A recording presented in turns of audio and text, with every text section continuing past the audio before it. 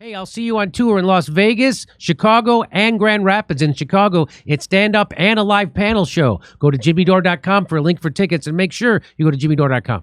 So this BRICS News, they tweeted out, just in NATO officially announces it will send F-16 fighter jets to Ukraine for its war against Russia. That is so magnanimous of the United States. They're going to send Ukraine F-16 fighters to stave off the latest Russian technology. If you don't remember, Kurt, you can't fly them? The F-6. First of all, well, let me play it. And I'm also pleased to announce that as we speak, the transfer of F-16 jets is underway.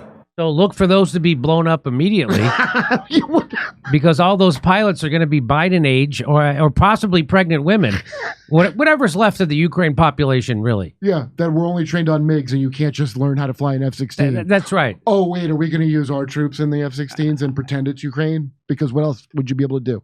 And for those who don't remember the 1980s action films, like series like The Iron Eagle, the F-16 is a 50-year-old airplane. I saw Top Gun 2, and Tom Cruise and the other guy found an old F-16 to fight against a nameless enemy that probably was Russia. And it worked. So, great. Yeah. Miles Teller and Tom Cruise, that's all you need.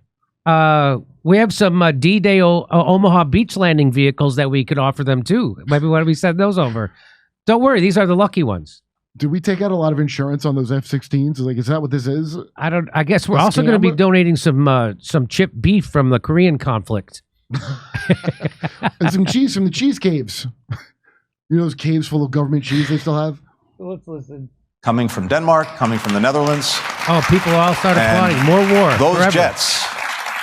Those jets will be flying in the skies of Ukraine this summer to make sure that Ukraine can continue to effectively defend itself against the Russian aggression. Okay, they're not. Or begin to? They're not effectively, they're not.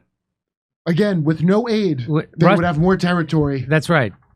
Russia already has the territory they want. It's already done. So, again, this is the United States provoking this war and then perpetuating it. This war would have been long over if not for the United States. In fact, this war would have never started if it wasn't for the United States. So there would be no war except for the United States. The war would have ended. There were peace deals before it ever started. There were peace deals immediately after it started. The United States sabotaged all of them. Well, they interfered with our election, so Russia interfered. So I thought let AIPAC do that. Chandler says, I thought NATO was meant to protect NATO member countries. Ukraine is not a part of our alliance, so why is NATO giving them weapons? Because that's not what NATO's about. NATO's run by BlackRock and Vanguard and the military-industrial complex in Wall Street, and they want to balkanize Ukraine and split it up. They thought they could do the same thing to Russia, and they still think they can, but they can't. And also, we got to get rid of some old weapons so we can build some new weapons, because we're going to be defenseless. We don't have any F-16s. Now we're going to have to be built. That's right. So it's not Russian aggression. It's NATO aggression. They are forcing World War III agenda on us. Exactly. Well, and people are Biden, and now you get World War III. And those people are applauding it. I told you a friend of mine was like, yeah, we should have world. It was so insane. There's a guy I know for a long time that I like a lot who, he's gone, man. He goes, yeah, we should do that. I'm like, so you think that at all costs we should have World War III?